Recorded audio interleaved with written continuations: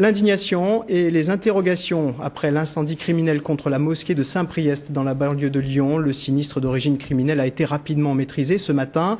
Les dégâts sont peu importants. Ils provoquent la colère de la communauté musulmane qui dénonce une vague d'islamophobie en France. Sandra Mailler, Patrick Perel. Porte à demi consumée, marche couverte de suie et de cendres, la mosquée de Saint-Priest présente encore les traces d'un début d'incendie. Le sinistre qui s'est déclaré peu avant la prière du matin a été découvert à l'arrivée des premiers fidèles. Quand j'ai garé ma voiture au parking pour venir à la mosquée, là effectivement j'ai vu la porte incendiée, la mosquée incendiée, donc on s'est précipité pour prendre les extincteurs pour pouvoir circonscrire le feu. D'origine criminelle, selon la police, le feu s'est peu propagé. Seule une bibliothèque contiguë à la porte incendiée a été atteinte par les flammes. Mais si les dégâts sont mineurs, l'émotion, elle, est profonde parmi les croyants.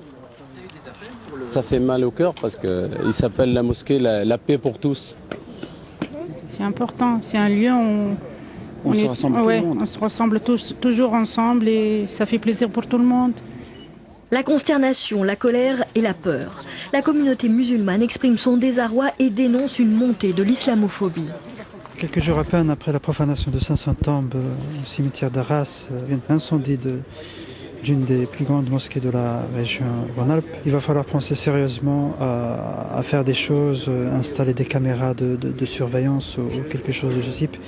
Je pense que les musulmans de France ont besoin d'être protégés comme tous les autres cultes. Geste à caractère raciste ou simple vandalisme, rien ne permet de trancher. Le maire de Saint-Priest est venu partager la peine de ses administrés. C'est absolument inacceptable. Ici, c'est un lieu de prière, c'est un lieu de rassemblement, de solidarité aussi, puisque j'ai été invitée souvent, et c'est la paix qui règne ici. Pas d'inscription ni de revendication. La police technique et scientifique compte sur des prélèvements effectués sur place pour remonter la piste criminelle.